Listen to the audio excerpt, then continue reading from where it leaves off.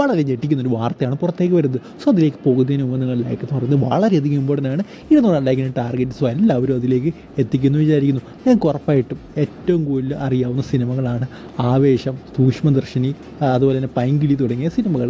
So ഈ ഒരു സിനിമയുടെ മേക്കപ്പ് മാനൊക്കെ ആയിരുന്ന രഞ്ജിത്ത് എന്ന് പറയുന്ന വ്യക്തിയെ ഇന്ന് രാവിലെ, അതായത് 9 മണിയോടെ, ഇന്നെന്ന് പറയുമ്പോൾ നമുക്കറിയാം ഇന്നത്തെ ദിവസം എന്താണെന്ന് എല്ലാവർക്കും അറിയാം, ഞായറാഴ്ചയാണ്.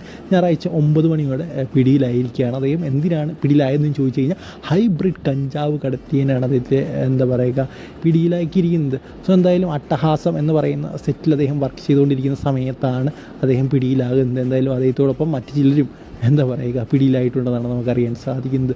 സോ എന്തായാലും നമ്മുടെ സിനിമാ മേഖലയും ഈ ഒരു ലെവലിലേക്ക് നേരത്താൻ ഇതുണ്ടെന്ന് നമുക്ക് എല്ലാവർക്കും അറിയാം. സോ എന്തായാലും സിനിമാ മേഖലയും ആ ഒരു ലെവലിലേക്ക് പോയിക്കൊണ്ടേയിരിക്കുകയാണ്. വളരെ മികച്ചൊരു മേക്കപ്പ് മാനാണ്. നിങ്ങൾക്കറിയാം ഈ ഒരു 4 സിനിമകളും വമ്പൻ ഹിറ്റായിരുന്നു. സോ എന്നിട്ട് പോലും എന്തിനാണ് ഇവർ ഇങ്ങനെയൊക്കെ ചെയ്യുന്നതെന്നറിയില്ല, ഇതുപോലുള്ള കാര്യങ്ങൾ ഉപയോഗിക്കുന്നത് എന്നറിയില്ല. സോ എന്തായാലും ഇതിനെക്കുറിച്ചുള്ള നിങ്ങളുടെ അഭിപ്രായം കമൻറ്റ് ബോക്സിൽ ഉറപ്പായിട്ടും ഒന്ന് പറയുക. നിങ്ങൾക്കറിയാം ആവേശം നമ്മുടെ ഫഹദ് ഫാസിലിൻ്റെ സിനിമയാണ്, അത് വൻ ഹിറ്റായിരുന്നു. സൂക്ഷ്മദർശിനി നമ്മുടെ ബേസിലും നസ്രിയുടെയൊക്കെ സിനിമയാണ്, അതും വൻ ഹിറ്റായിരുന്നു. പൈങ്കിളി അത്യാവശ്യം ഒരു നല്ല അഭിപ്രായം നേടിയൊരു സിനിമയാണ് പൈങ്കിളി.